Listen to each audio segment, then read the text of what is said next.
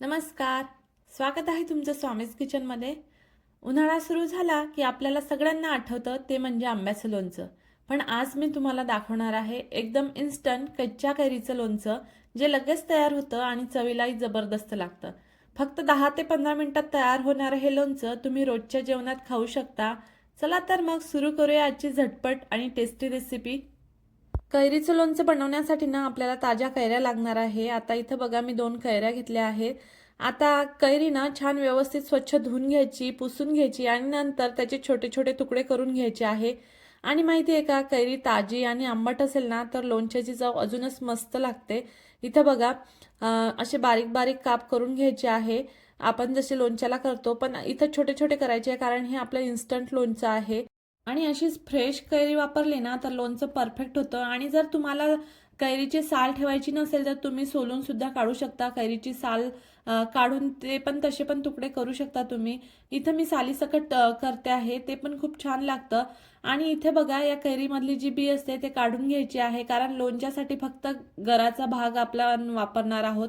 सगळे तुकडे ना एकसारखे ठेवले तर मसाला पण नीट लागतो. आणि हा एक छोटा पण इम्पॉर्टंट टिप आहे.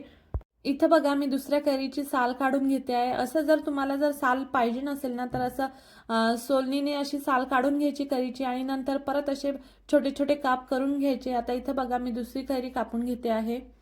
आपल्याकडे उन्हाळा सुरू झाला की कैरीचं नाव आलंच आणि लोणचं तर प्रत्येक घरात बनतंच. आणि उन्हाळ्यात अशी आंबट कैरी खायला खूपच छान वाटते ना, अगदी तोंडाला पाणी सुटलं ना. आता बघा आपली कैरी छान कापून झाली आहे. याला एका भांड्यामध्ये काढून घेते आणि थोडं मीठ टाकून मिक्स करून साईडला ठेवते. आणि उन्हाळ्यात माहिती आहे का, जेवणासोबत थोडंसं लोणचं असेल ना तर साधं जेवणही खूप टेस्टी लागतं ना. आणि ही कैरी बघा किती फ्रेश आहे, अगदी उन्हाळ्याची परफेक्ट टेस्ट आहे यात. आता आपण ना या इन्स्टंट लोणच्यासाठी एक इन्स्टंट मसाला तयार करून घेऊया. तर त्यासाठी इथं बघा मी 2 चमचे मोहरी घेतली आहे. तुम्ही इथं मोहरी डाळ सुद्धा घेऊ शकता. 1 चमचा ना मेथी दाणे घेतले आहे. मेथी दाणे थोडे कमी घ्यायचे. 2 चमचे बडीशोप घेतली आहे. 1 चमचा जिरं घेतलं आहे. आता हे मीडियम गॅसवर छान व्यवस्थित भाजून घ्यायचं आणि नंतर याला मिक्सरला बारीक करून घ्यायचं आहे. पण थंड झाल्यावर बारीक करायचं आहे. इथं बघा आता आपलं हे छान भाजून झालं आहे. एका प्लेटमध्ये काढू आणि याला थंड करून घेऊ.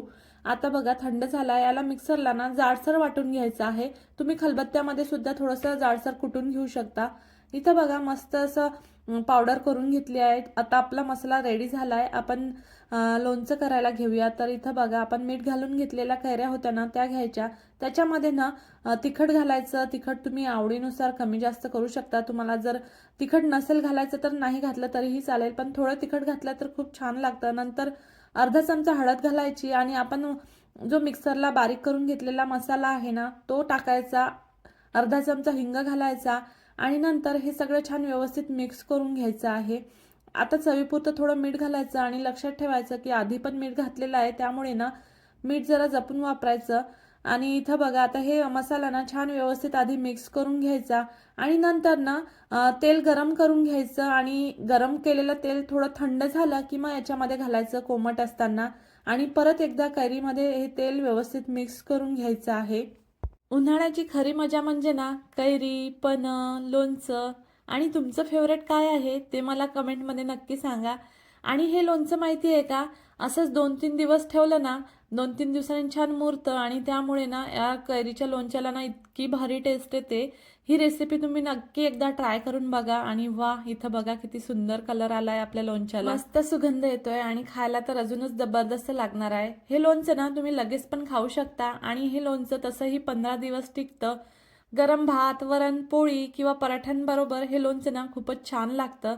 माझ्या घरी तर सगळे आवडीने खातात. जर तुम्हाला ही झटपट कच्च्या कैरीचे लोणचं रेसिपी आवडली असेल ना तर व्हिडिओला लाईक करा, चॅनलला सबस्क्राईब करायला विसरू नका. आणि स्वामीज किचनवर अजून अशा सोप्या आणि टेस्टी रेसिपीज येणार आहेत. आणि कमेंट करून नक्की सांगा तुम्ही लोणचं कशासोबत खायला आवडणार आहे.